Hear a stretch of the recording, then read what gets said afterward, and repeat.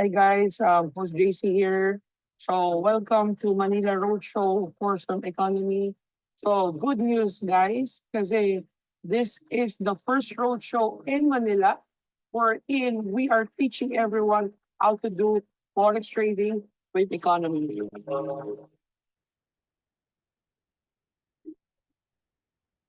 One of the event is, of course, to teach you on how you will be able to enter the forex market. Tuturuan namin kayo ng fundamental, technical analysis, and paano kayo matututong maging profitable sa trading journey mo. We will educate you kung anong binibigay ng economy. Our products na makakatulong sa buhay nyo. Dito sa EA Economy, nag-grow ako financially and also as an individual. Ayun, nagkaroon ako kung ano yung forex, kung paano gumagana yung forex, kung ano yung trading, and also, most importantly, yung solid community dito. So, Economic Capital Investment Company, this is an academy wherein we can learn forex trading, stocks and crypto. You can access that time with the coaches. So, hindi ka nag-isa sa journey.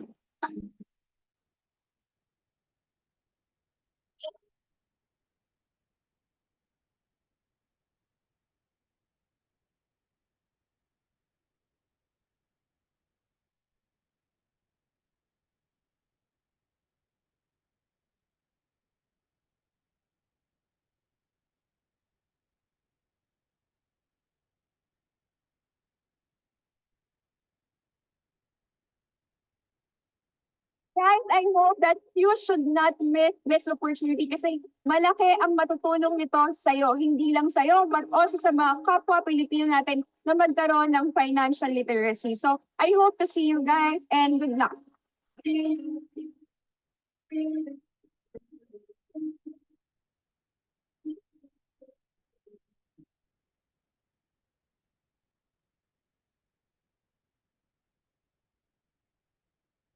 This is a big platform wherein you can trade like a pro kahit zero knowledge ka sa forex trading.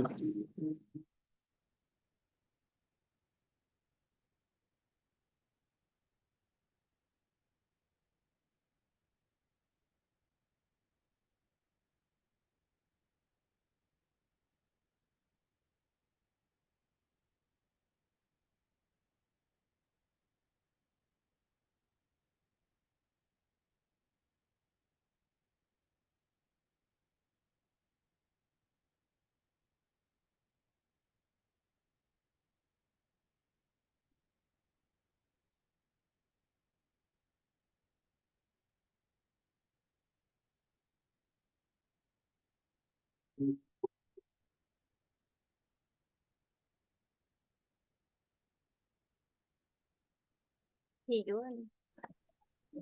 Good evening, everyone. So, welcome po sa tonight's game. I'd like to invite Coach Bry, ang ating sponsor sa pa-premya later. So, Coach Bry, pa-welcome naman sila. Ayan, welcome our Ignite traders, di ba? So, yan, isa sa mga naisipan namin na activities natin so that we can bond together is itong quiz night, okay? So, syempre hindi naman natin laging nakikita ang isa't isa, especially those sa mga nasa malayong lugar, di ba? So, we would like to welcome everyone okay, to our first ever quiz night, okay? So, syempre, very exciting tonight kasi titingnan natin kung sino yung mga nag-aaral naggumagawa ng homework nila at nanonood, nag-aaral sa ECA. Okay, sino ba yung makakasagot mamaya? So, si Coach Janice will be the one who will handle who will facilitate the game night. So she will give you the mechanics. Okay, hindi ko lang alam kung ano yung mga mechanics niya, pero she will explain everything. Alright, and I'm very excited for everyone. Sinong excited dyan? Sige nga, type 1. Okay? Yung mga pwede rin mag-open guys ng camera, mag-open din kayo. Open cam kayo guys. Ay, yung pala, isa sa requirement yun, Coach, dapat open cam kasi ipapakita nila yung sagot nila. Correct. So, Guys, can you get your paper and pen or marker? Kasi you have to show the answer. Yung mga tanong naman, ano yan, answerable by yes or true or false or basta may choices. Sagot, ilagay nyo lang sa screen. Tapos ganyan. And then, honesty policy na lang din. And then, itatali nyo yung kung ilan ha. Walang mandadaya. Okay? So, yan. Magpa-play lang ako ng isa pang video. Just get your pens. Kung meron kayong whiteboard. Yan. Or baka coach, pwede tayo, hindi na ako mag-play ng video. Magkwentuhan na lang tayo habang kumukuha sila ng papel. Naku, si Ma'am Riza, paano siya nagdadrive yata? Ano? Sa cellphone. Note, ganyan. Paano coach daw siya walang papel? Nasa BG. Sa phone na lang, di ba? Pwede naman yon. Sa Canva. Open niyo yung Canva. Type niyo sagot niyo doon. Okay? Para-paraan na lang. Notes. And then, honesty policy, guys. Marami tayo ngayon eh. So, open your cam. Ready na ba sila? Pa-type 1 naman pag ready na silang lahat. Para, meron lang akong 30. 30 lang naman itong nagawa ko. Wala kayong Canva? Or ready na sila, Cyrus? Okay. Kayo lang ang participants. Ang konti nang naka-open cam. Open cam, open cam. PM na lang. PM na lang, coach? Paano namin check isa-isa? Pwede naman. Pwede ba? O sige, PM na lang si Tita Nia daw. Ready? Ito, since this is our first quiz, ginawa ko lang muna to sa Canva kasi wala pa tayong Kahoot. Gusto ko sana sa Kahoot para mas interactive eh. But yun nga, para lang, alam mo yun, ma-check namin kung nag-aaral ba talaga kayo. So, gagawin natin to regularly. Kasi nandito tayo para mag-aral lang. Para mag-aral at, yun nga, para syempre mag-kumita. Pero syempre, ready na tayo ngayon. So, it's 8:18. Wala nang hahabol. Share ko na ang aking screen. Coach, wait lang. Paper. Okay. Share my screen. Paano mag-share nga ulit? Sharing screen. Ayun. Kita na po ang screen. Kita na, coach. Ay, naku, hindi ko napalitan yung pangalan. So, yun yung rule. Prepare paper, pen, or pencil, or phone, notes, dun yung sulat. Wrong spelling, wrong. So, may kopyahan naman ng choices. Yan. So, eto na. If you are ready, pa-type 1 ulit para lang, may energy. Medyo kinakabahan ako at first time ko itong gagawin. Magpa-play lang ako ng music Wait lang, para mas may energy. Wait. Trading game. Traders.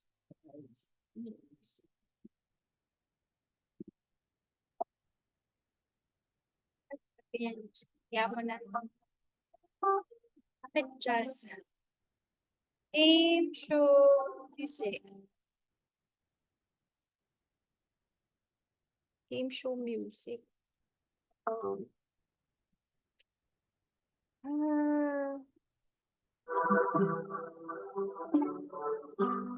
Okay, ready na ako. Okay.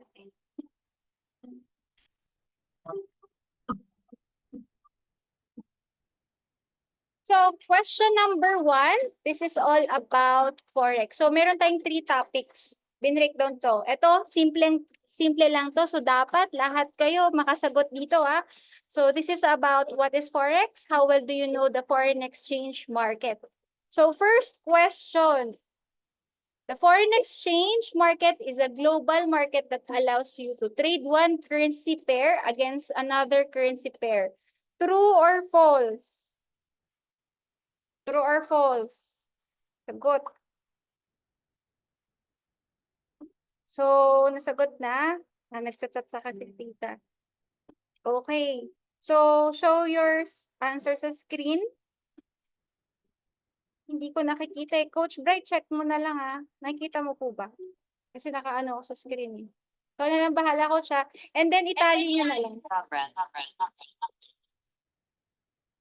So, next is,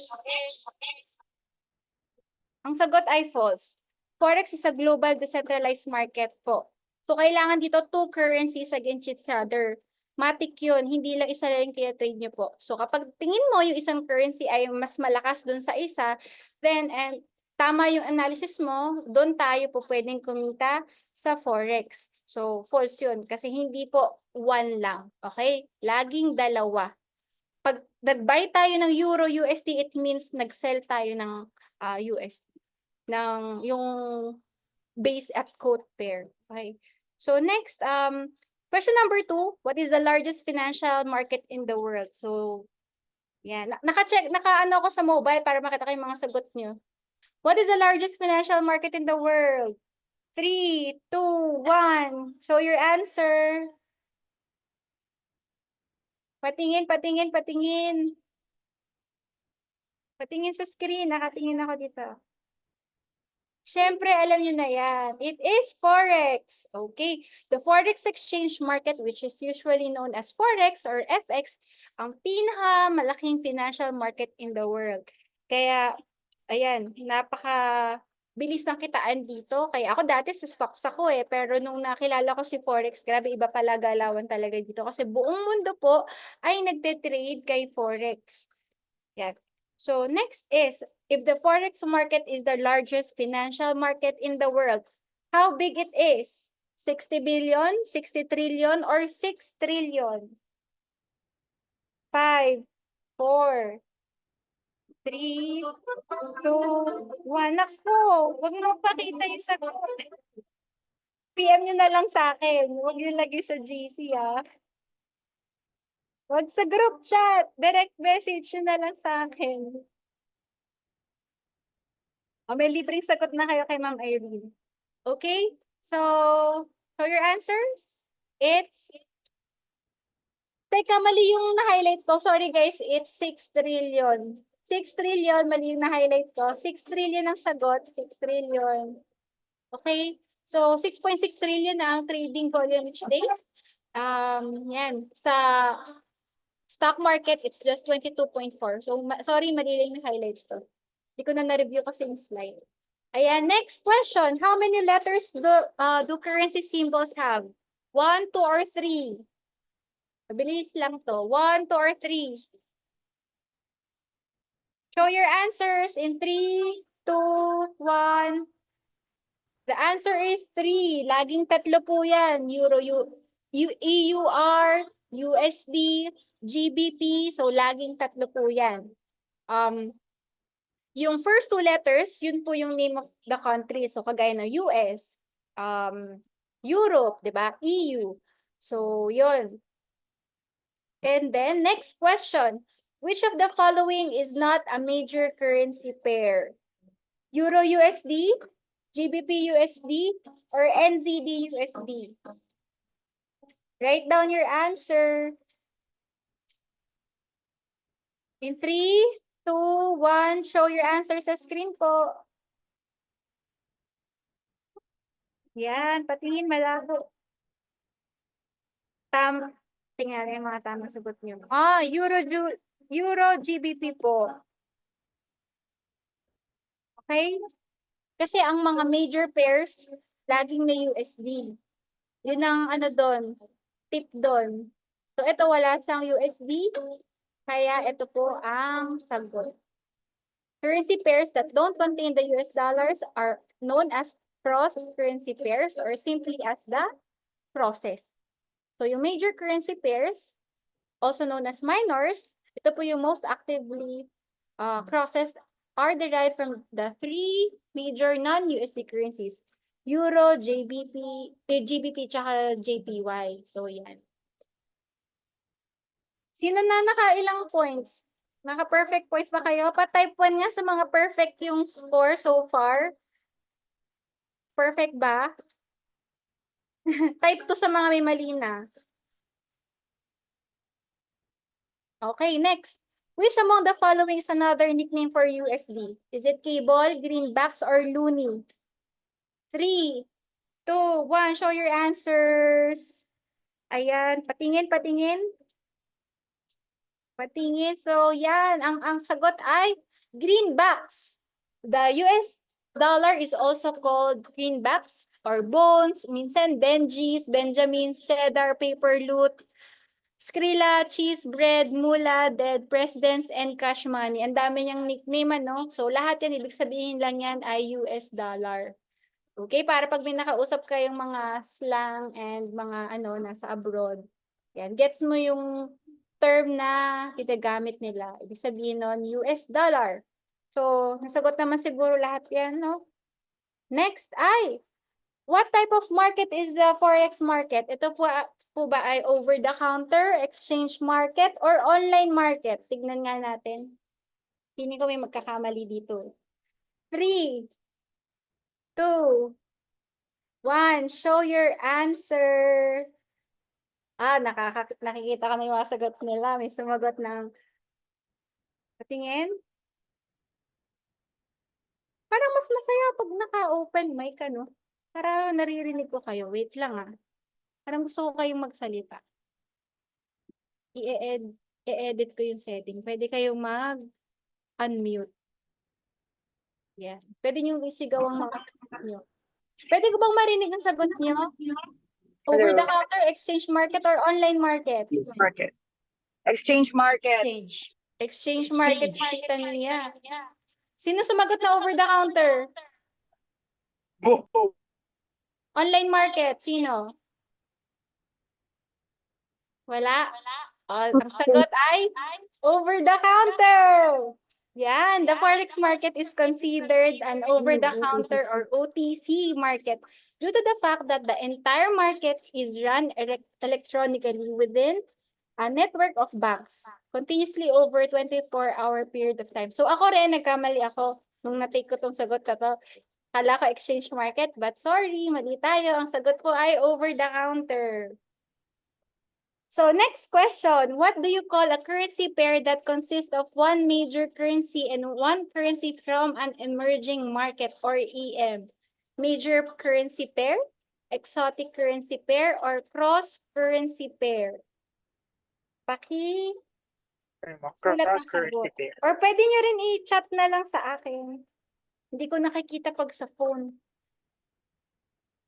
Sino ang sumagot sa major currency pair?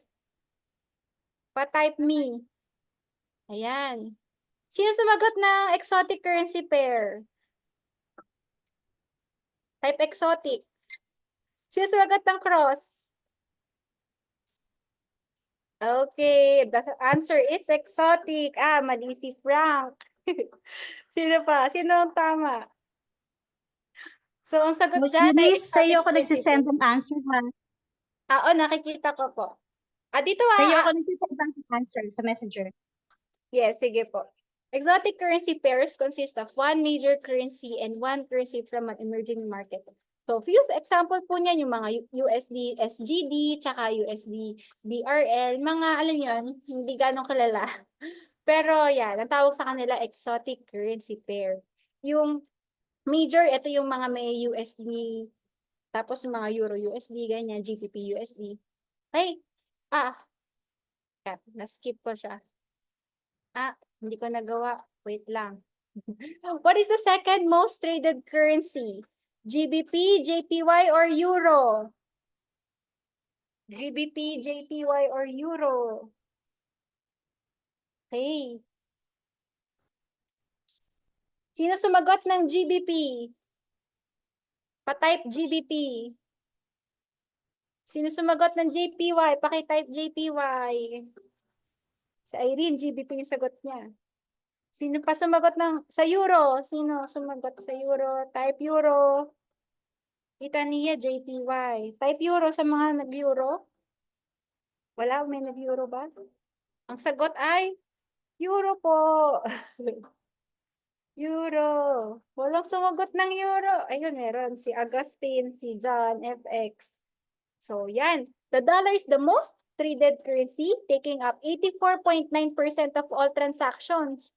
The euro share is the second at 39.1%, while that of the yen is the third at 19.0%. So top 1 si US dollar, top 2 si euro, top 3 natin ay si JPY. O, di ba? Meron kayong mga trivia tonight. Next. One important thing to note about the forex market is that most currency trading is based on speculation. True or false? Paki-chat na lang sa akin para mas masaya. Kung ayaw nyo isulat. Pero okay lang kung mga may pen kayo. Sulat nyo lang. Ayan. Mamaya nyo na sagutin. Mamaya nyo na i-type yung sagot nyo pag sinabi ko. Okay? Ready na? May sagot na kayo? So, sino ang sumagot ng true? Paki-type true. Sino sumagot ng false? Paki-type false. Patingin, patingin. False si Tita Nia. So, ang sagot po dyan ay wala na ibang sumagot. Anong sagot niyo po? Patingin, patingin. Kasi hindi ko makikita sa screen. Ang labo. Type niyo na lang. Ang sagot po dyan ay true. Nagkamali din ako dyan. So, one important thing to note about the forex market is that while commercial and financial transactions are part of the trading volume, most currency trading is indeed based on speculation. Kala natin mali, no? Pero yun. It's Para true. kasi ano, it sounds like hulalisis eh. Oo. Di ba? Ako din, ang sagot ko dyan ay ano false na una. So, next. Ayan, hindi ko nagawa. Diba? What do you call a financial instrument that gives the buyer the right or the option but not the obligation to buy or sell an asset at specified price on its expiration date? Currency future, currency ETF, or currency option? Sulat nyo. Naku, Ma'am Riza, wag ka muna mag-type ng sagot mo. Mamaya na pag sinabi ko. Type mo na lang sa akin. Or sulat mo. So, yan. Sagot niyo na. Sino sumagot ng currency future? Paki-type future. Yung sumagot ng ETF, paki-type ETF. Yung sa option, paki-type option. Paki-type option. Okay, ang sagot po ay currency option. Ayan, si Augustine, mali pa siya. Si Irvin, okay lang yan. Sa pagkakamali dyan tayo matututo eh. Usually, papansin nyo yung mga mali natin. Yun yung di natin makalimutan. So, yan. Na meron nga keyword dito. The buyer, it gives the buyer the right or the option na makapag-buy or sell. Kagaya ng ano po, sa binary options, di ba? Okay, next topic. Support and resistance levels. Ito yung madalas na topic natin this week, di ba? May nag-discuss ng trend line, sila Coach Uno, sila Coach Hans, sa nag-discuss tayo, si Coach Scott, di ba nag-discuss din siya na, ano ba yun? Stochastics. Kaya yan, discuss natin yun here. Pero basic lang naman to. So, in a bull market, a blank level is an area that price has difficulty breaking through to the downside. Is it retracement, resistance, or support? Wag mo nang sasagot. Sulat nyo muna, baka kopyahin yung sagot nyo. Type nyo sa akin. Kung wala kayong pen, paki-type sa PM. Sumagot siya. So, yan. Sige. Tapos na yung timer. Paki-type retracement sa mga sumagot ng retracement. Paki-type resistance sa mga resistance ang sagot at support. Huwag yung babaguhin yung mga sagot nyo pag nakita nyo na dito sa chat, ha? Ang sagot ay support. Bakit? Bakit support? Kasi yun nga, nahirapan niyang i-break through yung downside. Papunta siya sa baba. So, ano nangyari dahil nahirapan siyang i-break through?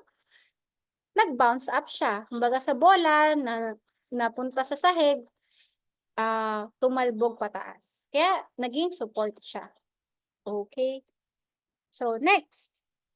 Ayan, may mga nagkamali. Oh. What do you call a line drawn along the bottom of easily identifiable support areas or valleys? Sideway trend line, uptrend line, or downtrend line? Feeling ko may magkakamali dito. Okay, may sagot na sila. Pag may sagot na, isulat nyo, lagyan nyo ng marka kung nakailang point na kayo. So, pakitype sideways, tsaka uptrend, tsaka downtrend sa mga sagot nyo sa public GC. Let us know anong mga sagot nyo. May sumagot downtrend, merong uptrend. Uy, si Coach Bright, tricky daw. Ako personally, nagkamali din ako dito. Ready na? Yung iba, walang sagot. Let us know sa chat box. Doon ako nakatingin eh. Sideways, up, si Augustine, si Cyrus, sideways. So the answer is uptrend line. Akala ko sideways, hindi pala, uptrend pala siya. So ang trend line kasi is pataas. So hindi sideways trend line, walang ganun. Iba siya eh. Hindi yata trend line yung tawag doon sa pagpagano, horizontal. So yun, ang sagot ko Guhit dito. lang yung tawag doon. Guhit lang. Ano po? Guhit lang. Oo, alam ko lang doon, horizontal line eh, pag sideways. So, yun pala, tingin ko base sa aking pangunawa, kaya uptrend line kasi nga, ayun, di ko rin alam eh, bakit. Kasi pag trend, either, diagonal siya, pataas or pababa. So, yun ang tingin ko doon. And then ito naman, if you buy when the price breaks up through the resistance and sell when the price breaks down through support, what are you doing? Are you trading the break, trading the bull, or trading the bounce? Break, bull, bounce. 3, 2, 1. Pakitype na ang sagot sa community chat. Type break, type bull, type bounce. Patingin ko ang mga sagot niyo. Coach Brian, anong sagot mo? Si Coach Brian, break, break out. Break, break. Yan. The answer is, siyempre, break. Ayan na nga, oh. It is said that you are trading the break when you're trading price level that has breached support and resistance level. Nabasag na niya ang support and level. Yan yung kumbaga sa bahay, tumagos na yung bola sa second floor. Na-break na niya yung kisame. Okay. Next, what is created when you draw a parallel line at the same angle of an uptrend or downtrend? Price channel, price parallel, or price band? 3, 2, 1. Si daw, 6 na yung mistakes niya. Yan, type nyo na yung sagot. Type channel, type parallel, or type band. Patingin ang mga sagot nila. Sabi ni Ma'am Riza, price band. Parallel si Ma'am Irene, channel si Sir Frank. Kayo, Coach. Sagot nyo. Okay, ang sagot natin ay price channel. Channel siya. If we take the trend line theory one step further and draw a parallel line at the same angle of the uptrend or downtrend, we will have created a price channel. So, yun. Channel ang tawag po doon sa parallel lines. Okay? Di ba merong indicator na ganun? Na pag nag-draw ka ng channel, automatic nag-a-adjust yung two lines, yung two parallel lines. So, channel po yung tawag doon. Next, when the price breaks through a resistance level, it could potentially become, ito madali lang to, bonus. Is it a support level, price never breaks through resistance, or it is insignificant? 3, 2, 1. Pakitype ang sagot. Support, never breaks, or insignificant. Ayan, siguro naman lahat ng sagot nyo. Support ano? Tignan natin. Yan, tama. Support. So, ito naman, how many tops or bottoms does it take to confirm a trend line? 3, 4, or 2? 3, 4, or 2? In 3, 2, 1, pakitype ang sagot. 3, 4, or 2? May sumagot ng 2, may 3. Okay, let us see. Sir 4. Ano kaya ang sagot? Coach Bray, ikaw, ano sagot mo? Lahat tama. Dito eh. 3. So, tingnan natin kung tama. Yan, ang sagot ay 3. It takes at least 2 tops or bottoms to draw a valid trend line, but it takes 3 to confirm a trend line. So, kapag dalawa lang daw ang kinonect mo, trend line yun. Pero, yung confirmation, masasabi mo lang na confirm na uptrend or downtrend pag tatlo na po yung tops or bottoms na nakita mo. O, di ba? Tama si Coach Bray. Confirmation yung third. Valid trend line yung pangalawa, pero yung pangatlo yung confirmation. So, dyan tayo po pwedeng mag-place ng order pag na-confirm na. So, next. Sino dito yung may maraming highest score na? Can you chat dito ilang wins na kayo tsaka ilan yung or losses yun? Patingin lang para may idea. Last topic na to. Last topic. Ilan ang score nyo so far? Nagbibilang ba sila? Wala nagtatype. Patingin ilan ang score nyo. 6 yung score ni Ma'am Riza. 7 na si Nike. 8 na si Irene. 7 si Cyrus. Uy. May lalaban pa. Ayan, next. Will the currency pair go up or down? So, ang sagot lang dito, up or down. Yan. There is a series of terrorist attacks in the UK. What will happen to GBP USD? Up or down? Meron daw terorista sa UK. Anong mangyayari sa GBP USD? Up or down?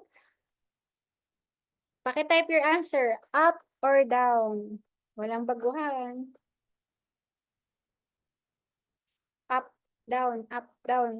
Iba-iba sagot nila. Ang sagot dito ay down. Bakit down? Kasi 'di ba sa UK yung mayroong terrorist attack. So dito yun yung currency ng UK which is GBP. So syempre bababa siya. Unexpected negative events like terrorist attacks frightened financial markets and caused traders to withdraw from the affected country due to the possibility of additional attacks and harmful effects to the economy.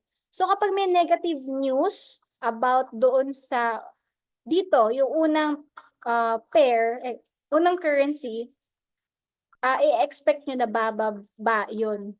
Kapag naman yung dito, like kunwari, merong negative news sa USD, expect ko naman tong si GBP tataas. But sa case na to, may negative news dito sa bansa nito, kaya bababa. O yan na, tandaan yan kasi ito yung magiging tulong nyo sa susunod na mga question. Next, a new economic data report shows that industrial production in Japan has decreased significantly from last year. Will GBP JPY go up or down? 3, 2, 1. Honesty policy, guys. Type your answers now. Up, up, up, down. Puro sila up Totoo ba?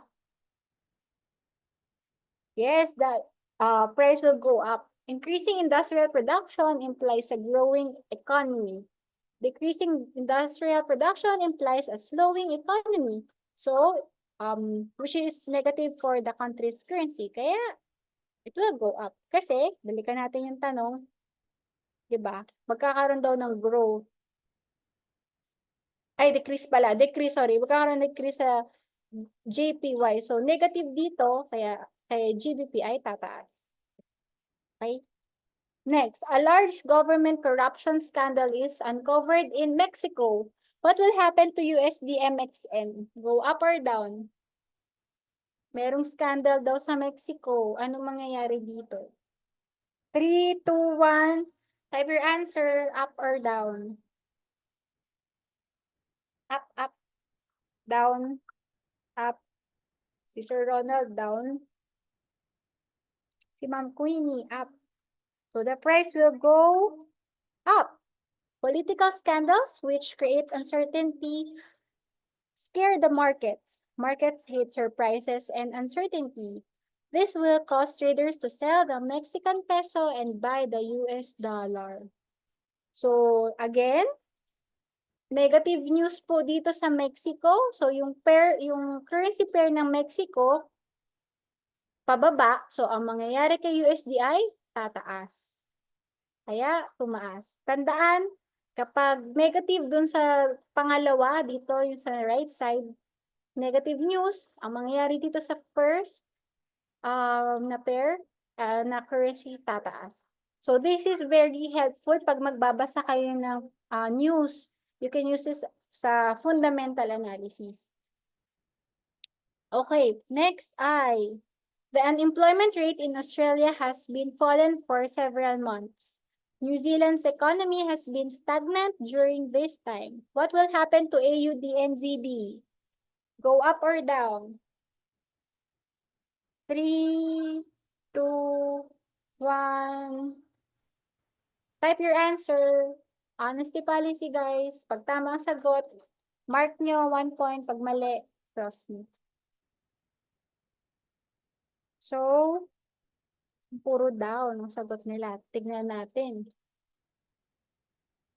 Go up. Political scandals which create uncertainty scare the markets. Markets hate surprises and uncertainty. This will cause traders to sell the Mexican peso and buy the US dollar. Ah? Parang mali yung ano ko. Wait lang, mali yata tong aking slide. What will happen to AUD and Z? Ito yung tanong ko, no? So, stagnant siya. Hindi ko napalitan. So, ang sagot po dito ay ano? Australia falling for several months. So, Di ba dapat down? anong sagot daw dito? Down. Mali yung aking ano, answer. I think it's down. Tama, coach? No, down. Okay, kasi falling kaya lang stagnant daw to eh. Hindi ako sure dito. Babalikan ko kayo dito. Disregard. Hindi ako sure. Kasi merong ano dito, stagnant. Bababa si AUD nga daw. Kaya lang paano to, coach? Si stagnant daw si New Zealand. Ay, ibig sabihin yan, Coach Janice, kasi unemployment rate in Australia has been falling. Hindi naman tinawag na currency in Australia yung falling eh. So, unemployment means, I mean, maraming employment, so means economy is getting boosted up. Diba? Yeah, thank you so much. Matataas ang AUD. O yun, so down. Ako ay hindi ko pa nakita doon sa aking kodigo. Check ko. Pero I think, yeah, it's down. Kasi, ang nangyari ay negative po dun sa AUD. Falling, ito yung ating keyword. So next ay, the Prime Minister of Italy announces that the referendum will be held for Italy to leave the EU. So what will happen sa Euro GBP? Aalis po si Prime Minister of Italy. Yung referendum will be held for Italy to leave the EU. Okay, sabi po ni Prime Minister, okay, na yung referendum will be held for Italy to leave the EU. What will happen daw po?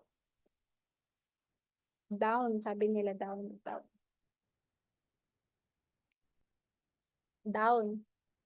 Okay, tama kayo. The possibility of Italy leaving the EU creates uncertainty and instability for the Eurozone economy. The market hates uncertainty and equate it with increased risk. The euro should weaken as traders look for less risky currency.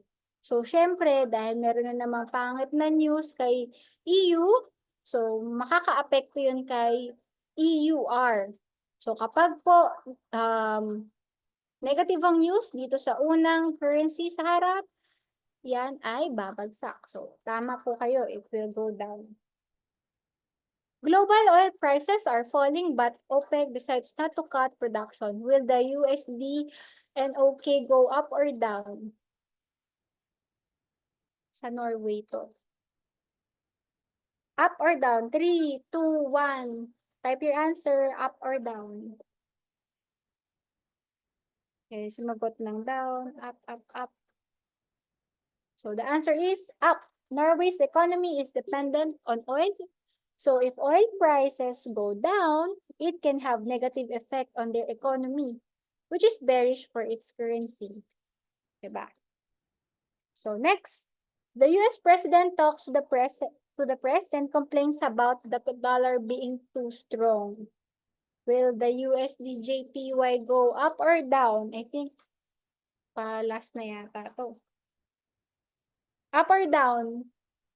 Nagko-complain daw po na yung dollar ay sobrang strong. Ano ang mangyayari sa USD JPY?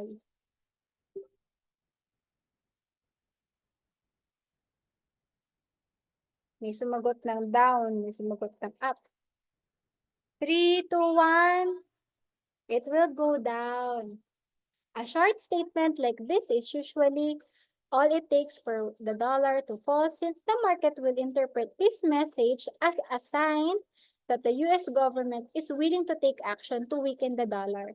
So kasi may nagre-reklamo nga na too strong, so magkakaroon epekto yan kay US dollar dahil yung government daw po ay iti-take action nila yung reklamo na gawin nilang ano yan, weaken yung dollar kasi nga masyadong too strong. Sobrang bullish, ganon. Kailangan niya magpahinga muna, mag-retrace, mag-pull back. Kaya bababa muna siya. Ayan, next.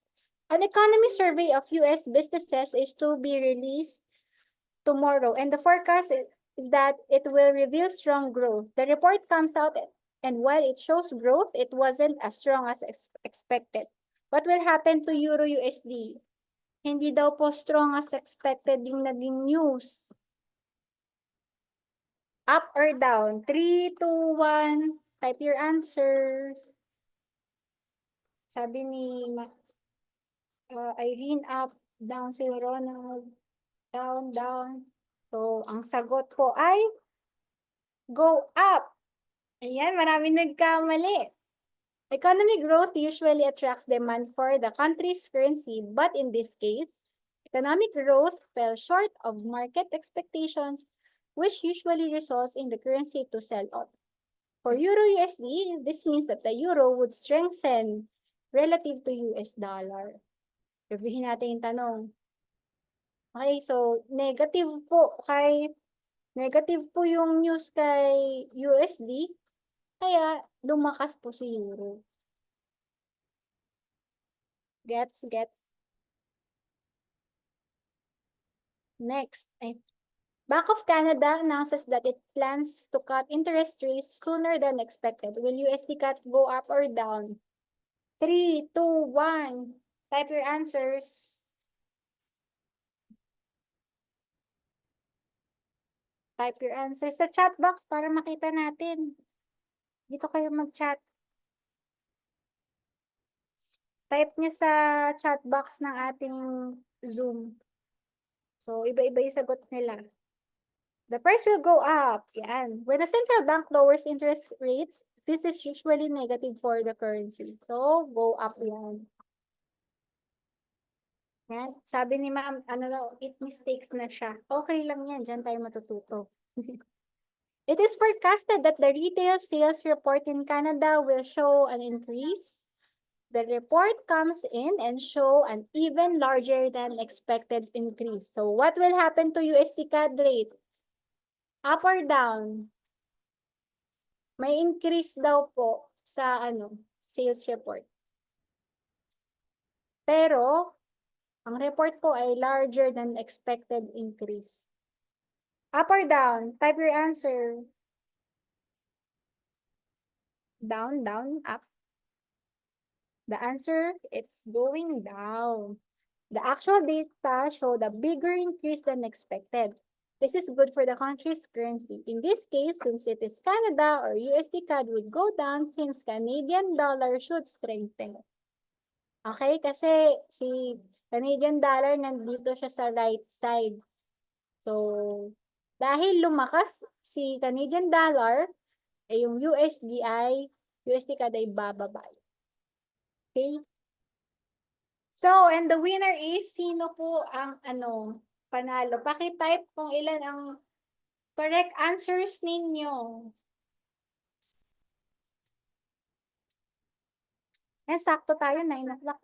Paki-type yung mga sagot nyo. Ilan ang panalo? 13, 15.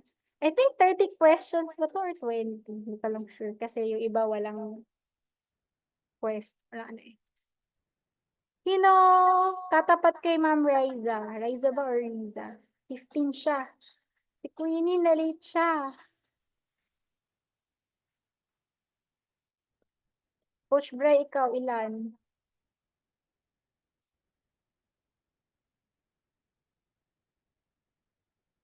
Top 3 ang may GCash. Pero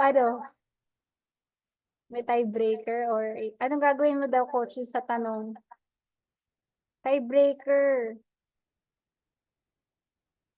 Wala na ba? Kayo lang. Ang dami na sa GC ah. Anong mga sagot nyo? Okay lang yan kahit mababa yung sagot nyo. Kahit naka 3 points ka lang. Okay lang yan kasi kapag tayo nagkamali, di ba? Alam natin kung saan tayo magre-review ulit. Type your points. Ito lang, coach. Ano ginawa na iba? Nanood lang. Coach Bray, paano daw to? Type your scores, guys. Okay lang yan kahit mababa. Coach, open cam ka na. Ako? Hello?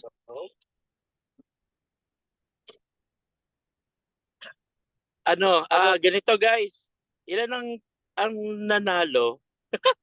Ito na ba yun? Ito na yung may matataas na scores?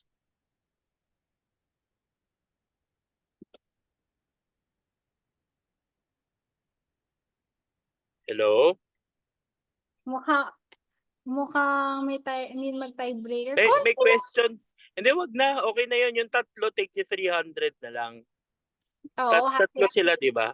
So, Mhm. si Nike, si Irene, saka si Cyrus, take 300, tapos si Ariza, 1,000. Wow, congratulations. Pati siya ba yung nagda-drive kanina? Oo, siya yung nagdadrive kanina. Yay, congratulations. May natutunan ba sila, guys? Di ba? Janice, sa iba ko Congrats, pala guys. na-send Grabe, yung ah. message In ko. fairness, pang matalino yung quiz night. So, next week, guys, Friday ulit, quiz night ulit tayo. So, mag-aaral kayong mabuti. Pagandahin natin yung, kapag mas maraming a-attend, papagandahin natin yung cash prize para mas exciting, di ba? Lalo na't parating na ang Pasko, di ba? So, anyway, thank you so much, Coach Janice, for facilitating ang ating first quiz night. And congratulations to everyone. Pero sobrang natuwa ako doon sa mga questions. Ewan ko sa kinuha ni Coach Janice, yung pang matalino talaga. Pero nakakatuwa, especially yung last na analysis. Diba? Analysis yun kung aakyat ba o tataas yung price depending on the situation. Pero again, no, sobrang amazing ang forex trading, guys. Kaya tuloy-tuloy nating aralin together as one community here in Ignite. Thank you so much, guys. So yung mga nanalo, paki-PM po ako ng inyong GCash number so that I can Ay, transfer. Coach, si Tita Apo. Nini na lumalaban. Meron daw siyang 22 correct answer. Wow. Actually, hindi ko alam na sa iba, kay Cyrus pala ako nakakapag-chat dito. Pero okay lang. Dapat That's okay. i-record yun na lang. Ano na? Pero that's in your messenger naman. It's okay. I mean, just give it to them. It's okay. Wow, dinonate na kay Tita Nia. Wow Oo. naman. Ang bait naman ni Tita Nia. O sige, next week ka na lang bumawi. Ayan, mag-review kayo. Siguro yung susunod gagawin ko din may sample ng senaryo. Hulaan Technical nyo analysis. Oo. kung tataas o bababa. Next time, mas mahirap na on the Ang spot saya naman. technical analysis. Parang maraming talaga students. Ang saya ng game night. Ayan. Thank you so much. Kasi mas Correct. and may cash prize. Yun talaga yun eh. Thank you so much guys for staying. Sana next week guys mag-invite kayo ng mga co-traders natin. Oh. Saglit lang naman, 1 oras lang para meron din Yes. Actually, I suggest nga tayong pwede bonding together guys. Para hindi training. Okay? Ano na? Then pwede rin sila, kunwari mag-invite din sila ng kahit hindi pa Ano member. daw?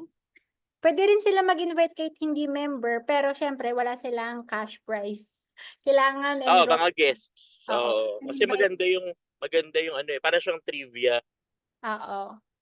Okay? Thank you guys. Have a good Ah, night. Happy weekend. okay. Picture. Picture ko. Janice, ikaw na mag-picture. Sige, open cam. Open cam. 1, 2, 3. Konti pa lang naka-open cam. Habol. Guys, next week, kailangan meron kayong whiteboard, yung maliit. Hindi pwede na papel. Requirement na. So, kailangan, kung nagdadrive, hindi na po pwede. Kailangan huminto kayo. Tama ba, Coach? Para nakikita talaga. Oo, ayusin. Hindi, baka i-try natin yung Kahoot next time. Mag-upgrade ka, Coach. Hindi pwede na. Oo, correct. Sige. Okay, Para na rin, mas transparent yung scoring. recording. Okay. Smile. Wala si Irene. Isa pa. 1, 2, 3, smile. Ay, hahabol siya. 1, 2, 3. Yay! Good night! Happy weekend! Thank you. Happy weekend, guys! Tama na trading. Done for the day na ha, Bri. Done for the day na. For the day. Iko-close ko na yung MT5 ko. Bye-bye. Talaga lang ha. Baka may mga chika pa. Isa stop recording ko na. Baka